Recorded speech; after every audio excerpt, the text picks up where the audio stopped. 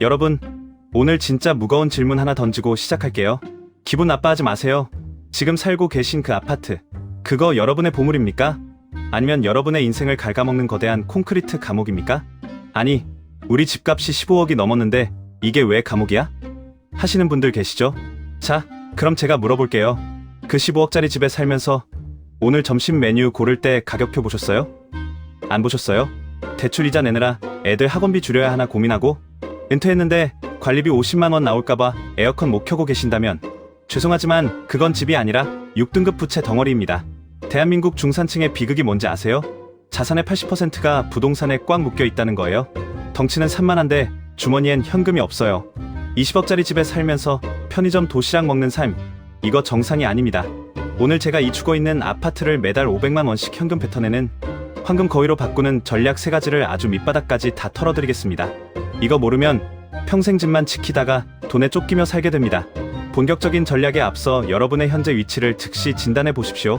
제가 오늘 최초로 공개하는 노후 자산 6대 등급표입니다. 1등급은 매달 500만 원 이상의 현금 흐름을 만들면서 가치도 우상향하는 수익형 황금성 아파트입니다.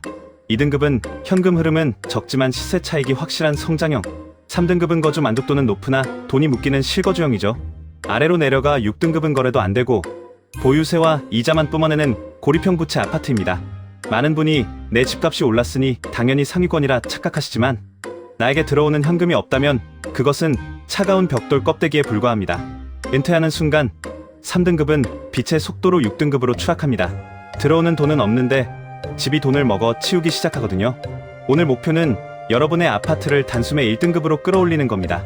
제 주변에 60세 박씨라는 분이 계셨어요. 서울 30평대 아파트 딱 한 채. 남들 보기엔 성공한 인생이죠. 근데 퇴직하고 나니 세상이 달라지더래요. 수입은 끊겼는데 관리비, 건보료, 종부세 고지서만 산더미처럼 쌓여요. 친구들이야, 너 집값 많이 올랐더라, 오늘 내가 써라 하면 속이 뒤집어지는 겁니다. 겉은 부자인데 속은 타들어가는 무늬만 중산층의 공포죠. 퇴직 후 30년, 이긴 시간을 버틸 무기가 없다는 걸 깨달은 박 씨는 밤잠을 설쳤습니다. 근데 이게 5060만의 문제일까요? 아니요. 3040 영끌족들 보세요. 무리하게 대출받아 집 샀는데 월급 절반이 은행으로 가요. 내 집은 수억 올랐다는데 왜 내 지갑은 항상 비어있을까요? 세대는 달라도 고통의 본질은 똑같습니다. 자산이 주인의 삶을 구속하고 있는 거예요. 내가 집을 소유한 게 아니라 집이 나를 소유하고 있는 꼴입니다. 여기서 잠깐 우리가 흔히 빠지는 함정이 하나 더 있습니다. 바로 원금 보장이라는 덫입니다. 박 씨도 처음엔 그랬어요. 내 집 팔아서 나온 돈 잘못 투자했다가 날리면 어떡하나 하는 공포죠. 하지만 여러분, 진짜 위험한 건 투자하는 것이 아니라 아무것도 하지 않는 것입니다. 인플레이션이라는 도둑은 매년 여러분의 현금 가치를 갉아먹습니다. 10년 전의 1억과 지금의 1억이 같습니까? 집값은 오르는데 내 예금 금리는 물가 상승률도 못 따라간다면 그것이야말로 보이지 않는 손실입니다. 자산의 체질을 바꾸지 않는 것은 앉아서 서서히 가라앉는 배를 지키는 것과 같습니다. 자, 첫 번째 비결 나갑니다. 바로 주거 다이어트입니다. 여러분, 집 줄이는 게 패배라고 생각하세요? 아니요. 이건 현금 흐름의 승리입니다.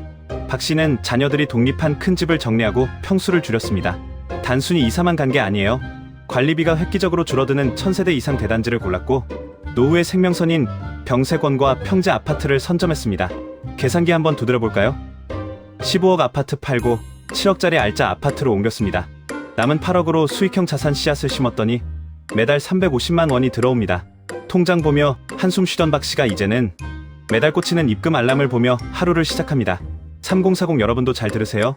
학군에 매몰되어 무리한 대출 유지하기보다 주거 비용 낮추고 그 차액으로 수익형 자산의 씨앗을 심는 것이 1등급 아파트로 가는 가장 빠른 지름길입니다. 자산 가치는 덩치가 아니라 나에게 매달 얼마를 가져다 주느냐로 결정되는 겁니다. 이사 갈 곳을 고를 때도 전략이 필요합니다. 대단지를 고르는 이유는 단순히 관리비 때문만은 아닙니다. 황금성 때문이죠. 1등급 아파트는 내가 팔고 싶을 때 언제든 현금화할 수 있어야 합니다. 나홀로 아파트나 소규모 단지는 오를 때 적게 오르고 내릴 때 먼저 내립니다. 거래도 잘 안 되죠. 자산의 유동성이 확보되지 않으면 그것은 죽은 자산입니다. 주거 다이어트를 할 때는 반드시 시장에서 인기 있는, 즉 수요가 끊이지 않는 곳으로 몸집을 가볍게 해서 옮겨야 합니다. 두 번째 비결은 유산에 대한 낡은 고정관념을 버리는 겁니다. 그래도 집 한 채는 온전히 물려줘야지라는 생각이 부모와 자식 모두를 젖습니다. 진짜 부자들은 집덩어리 대신 현금 흐름이 나오는 시스템을 상속합니다. 예를 들어볼까요? 주거 다이어트로 확보한 자금을 자녀 명의 증여세 면제 한도 내에서 증여하고 이걸 미국 배당 성장주나 고배당 ETF에 투자하게 만드세요. 자녀는 집 한 채 받는 것보다 젊을 때부터 복리의 마법을 경험하며 매달 배당금을 받는 경제적 엔진을 갖게 됩니다. 덩치 큰 아파트 물려주고 상속세 낼 돈 없어서 자녀들이 그 집을 헐값에 팔아야 하는 비극, 이제 당신에 대해서 끝내셔야 합니다. 부모가 현금 흐름으로 풍요롭게 사는 모습을 보여주는 것이 자녀에게는 가장 큰 교육이자 유산입니다. 엄마 아빠는 우리가 용돈 안 들여도 배당금으로 멋지게 여행 다니신다는 안도감을 주는 것, 그것이 자녀의 독립을 돕는 최고의 서포트입니다. 또한 자녀들에게 돈 공부를 시킬 수 있는 절호의 기회이기도 하죠. 집이라는 무거운 짐을 물려두지 말고 돈이 스스로 일하게 만드는 법을 물려주십시오. 확보한 현금을 어디에 두느냐도 중요합니다. 박 씨는 3가지 바구니에 나눴습니다. 첫 번째는 방어 자산, 파킹 통장에 1년치 생활비를 넣어두고 갑작스러운 일에 대비합니다. 두 번째는 핵심인 배당 자산입니다. 5에서 7% 수익률을 목표로 미국 고배당 ETF인 SCHD나 월배당형인 JPQ 같은 종목들을 조합하십시오. 매달 달러가 통장에 꽂히는 배당 캘린더를 짜는 겁니다. 세 번째는 성장 자산입니다. 자산의 20%를 전 세계 1등 혁신 기업에 투자해 인플레이션을 이기게 만드세요. 내 돈이 일하게 만들어야 내가 쉬어도 자산이 불어납니다.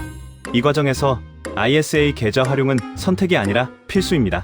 배당금 비과세 혜택은 물론 금융소득종합과세에서 제외되는 이 강력한 무기를 안 쓰는 건 국가가 주는 돈을 거절하는 것과 같습니다. 또한 연금 수령액을 연간 1,500만 원 이하로 조절하는 기술도 필요합니다. 이 선을 지켜야 분리과세 혜택을 통해 실질 수령액을 극대화할 수 있습니다. 1,500만 원에서 단 1원만 넘어도 종합소득세 대상이 되어 세부담이 급격히 늘어납니다. 절세는 수익률보다 더 확실한 수익입니다. 많은 분이 수익률 1% 올리는 데는 목을 매면서 세금으로 나가는 15.4%는 당연하게 생각합니다. 하지만 노후 자산관리의 핵심은 세후 수익률입니다. 내 손에 실제로 얼마가 쥐어졌냐가 중요하죠. 연금저축펀드, IRP, ISA 이 3가지 바구니를 어떻게 조합하느냐에 따라 매달 받는 용돈의 액수가 달라집니다. 이건 공부하면 누구나 할 수 있는 합법적인 돈 복사입니다. 여기서 많은 분이 묻습니다. 지금 주식시장이 너무 불안한데 괜찮을까요? 여러분, 변동성은 위험이 아니라 기회입니다. 우리가 투자하는 건 단기 시세 차익이 아니라 장기적인 현금 흐름입니다. 주가가 떨어져도 배당금이 나오는 우량한 자산을 가지고 있다면 오히려 더 싼 가격에 수량을 늘릴 수 있는 골든타임이 됩니다. 박 씨는 주가가 10% 빠졌을 때도 웃었습니다. 왜냐고요? 매달 들어오는 배당금으로 주식을 더 샀고 결국 주가가 회복되었을 때 자산의 덩치는 이전보다 훨씬 커져 있었으니까요. 흔들리지 않는 멘탈은 공부와 확신에서 나옵니다. 마지막 3번째 비결은 가족 경제 공동체의 재정의입니다. 내가 경제적으로 자립하고 풍요로워질 때 비로소 가족에게도 진정한 사랑을 보낼 수 있습니다. 자녀에게 짐이 되지 않는 부모, 여유를 나눠주는 멋진 부모가 되는 것보다 더 큰 유산은 없습니다. 박 씨도 처음엔 미안했지만 자녀들과 대화하며 결단했습니다. 우리는 이 집으로 연금을 만들어 즐겁게 살 테니 너희는 부모 노후 걱정 말고 너희 꿈을 펼치렴. 이 선언은 자녀들에게 무거운 책임감 대신 깊은 안도감을 선물했습니다. 당신이 먼저 행복해지십시오. 사실 노후의 외로움은 돈이 없어서 생기는 경우가 많습니다. 자식들에게 손 벌리는 순간 관계의 균형이 깨집니다. 부모가 경제적 주도권을 쥐고 있을 때 명절에 모이는 가족들의 웃음소리도 더 진실해집니다. 내가 즐겁게 취미 생활을 하고 손주들에게 흔쾌히 용돈을 쥐어줄 수 있는 할아버지 할머니가 되는 것, 그것이 가장 성공한 노후 아니겠습니까? 평생 앞만 보고 달려오느라 내 자산이 어떻게 숨쉬는지 볼 여유가 없으셨을 겁니다. 하지만 이제는 달라져야 합니다. 덩치만 크고 움직이지 않는 죽은 자산을 살아 움직이는 현금 흐름으로 바꾸는 순간 여러분의 삶은 매일이 축제인 시간으로 바뀔 겁니다. 집값 수치에 일희일비하며 밤잠 설칠 필요 없습니다. 세금 고지가 날아와도 미소 지을 수 있는 구조를 만드셔야 합니다. 매달 통장에 수백만 원의 현금이 따박따박 꽂히고 내 집에서 편안하게 거주하면서도 세금 걱정 없이 여유로운 취미 생활을 즐기는 일상. 이것은 결코 허황된 꿈이 아닙니다. 또한 인생 후반전에는 자산뿐만 아니라 관계의 다이어트도 필요합니다. 체면 때문에 나가는 경조사비, 의미 없는 술자리 지출만 줄여도 그 돈이 배당주 한 주가 됩니다. 그 한 주가 모여 여러분의 노후를 지키는 강력한 군대가 될 것입니다. 작은 실행이 반복될 때 기적이 일어납니다. 반드시 버려야 할 낡은 습관 3가지를 가슴에 새기십시오. 첫째, 남의 시선을 의식한 체면용 대형 평수 고집입니다. 이 나이에 20평대에 어떻게 살아라는 체면이 당신의 노후를 갉아먹습니다. 둘째, 자녀를 향한 과도한 희생이나 반대로 부모에게 의존하려는 마음입니다. 경제적 독립이 인격적 독립의 기초입니다.